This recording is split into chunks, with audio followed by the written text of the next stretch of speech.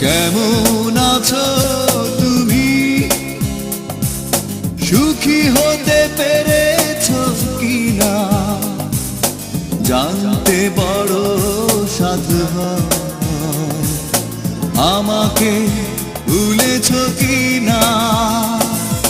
কেমন আছো তুমি? সুখী হতে পেরেছো কিনা জানতে বড় সাধু হয়।